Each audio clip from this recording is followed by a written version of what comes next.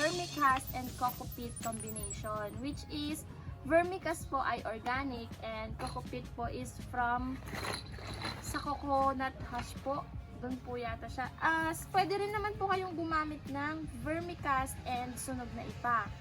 Pero mas prefer ko po itong vermicast and coco peat kasi po ang coco peat is mainam siya lalo na sa mga seedlings. So, let's start na po. Ang paglalagay po ng lupa sa seedling tray ay ganito lang po kasimple. Bubuhos lang po natin dyan. Babaw. Ayan. Basta lagyan nyo lang po muna sila. Then, ganyan nyo lang po. Para malagyan po lahat. Hanggang sa malagyan natin lahat.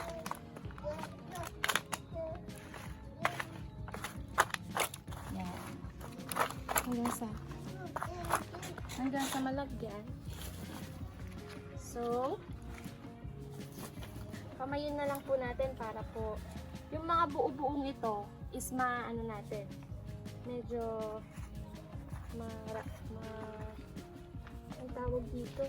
Basta yan, yung paghiwa-hiwalay natin din. Diba? Nakikita nyo po yung iba, ano pa siya. Yung ginamit nilang organic. Yung mga dahon pang hindi gaano na ano.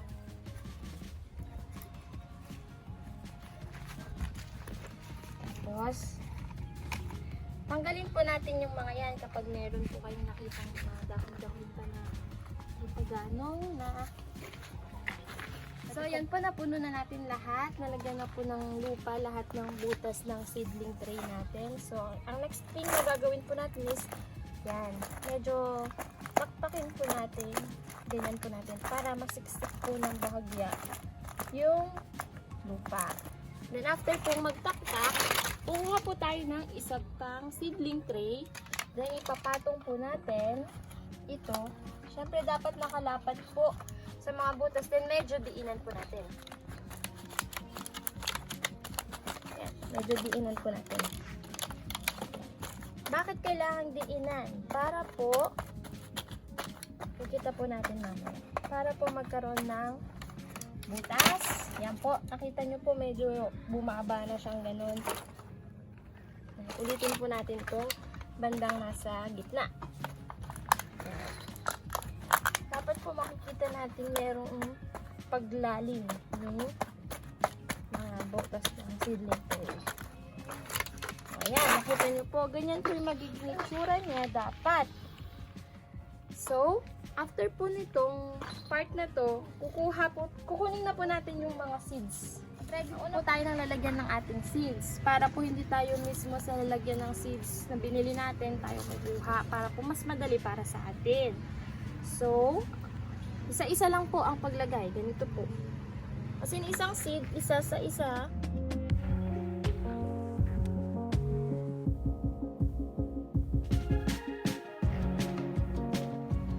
So, nalagyan na po natin lahat ng seeds, ang bawat butas ng seedling tray.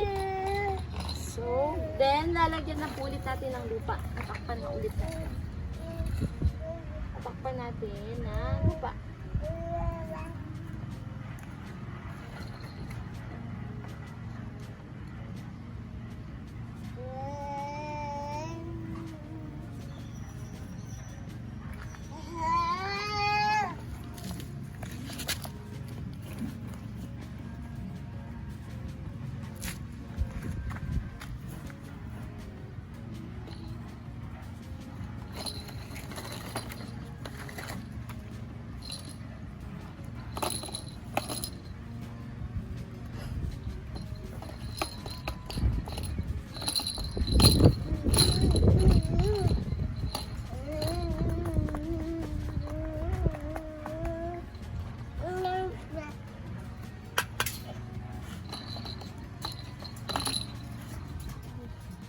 After po natin takpan ng lupa, wait, diligan na po natin.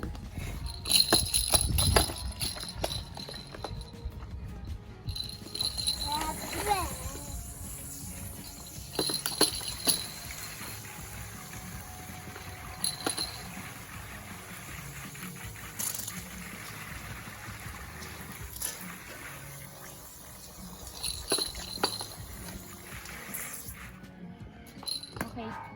So guys, tagpunla rin po tayo ng lettuce, kalahating lettuce and kalahating nakapag-prepare po tayo ng dalawang seedling tray. Itong isang seedling tray is punla po yan ng kamatis. And the other one is, yung kalahati po ay lettuce at yung kalahati naman ay siling labuyo. So maghihintay po tayo ng ilang araw para makita po natin kung meron ng tutubo sa ating mga ipinunla.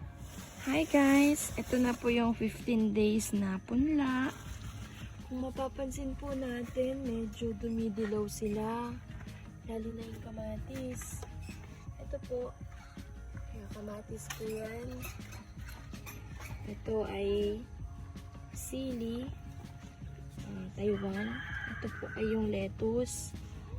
Ito po ay talong na bilog. So, napapansin po natin na ninilaw na yung kamatis. Kaya it's time para magpataba. Ang gagawin po natin ay sa ugat natin ipapadaan yung nilusaw nating pataba kasi hindi siya pwedeng malagyan yung mga dahon. Kaya mahirap kung ididilig po natin. Kaya ituturo po natin sa inyo kung papaano. Mag-prepare po ng nasa 10 liters po na tubig sa timba, tapos isang planggana, and then ito po yung pataba natin, isang takip na ganito na pataba.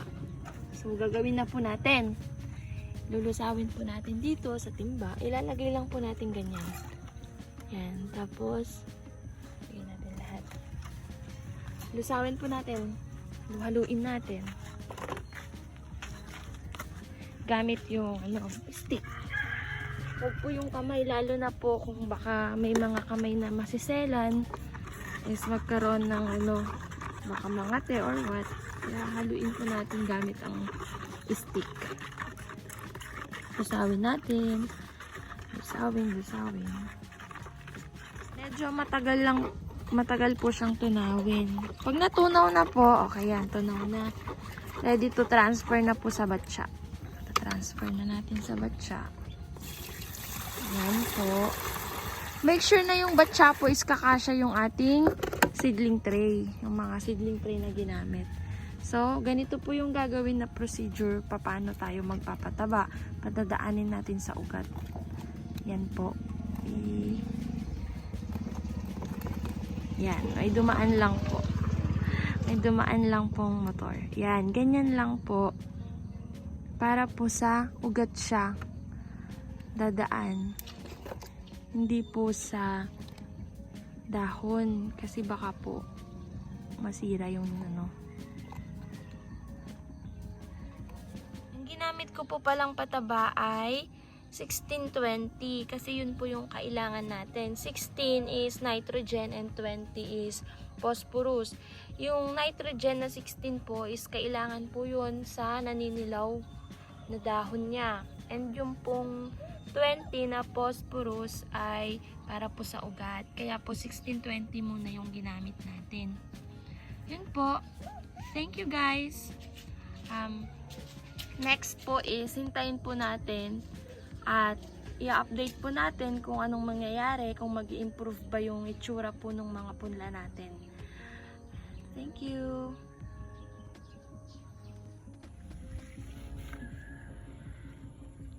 Kamatis. Ito ay talong na bilog.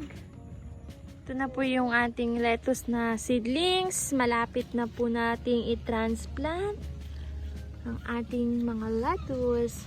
At may isa pong lettuce na naligaw sa seedlings na mga siling Taiwan. So excited na mag-transplant. Ayun po yung pagta-transplantan natin. Inaayos na namin unti-unti.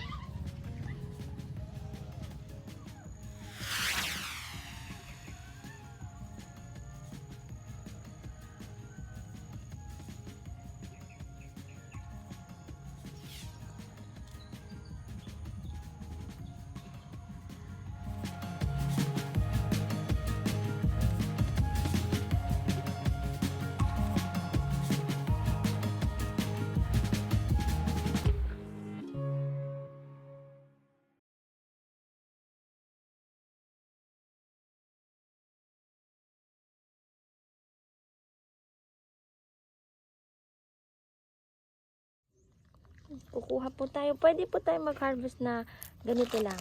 By leaves lang. Kasi po, pwede pa pong lumaki yung susunod na na dahon. Kaya, dahil nasa backyard lang naman, nandito lang naman sa ating bahay, mas gusto natin na by leaves na lang yung pagkuha natin para continuous ang ating lettuce.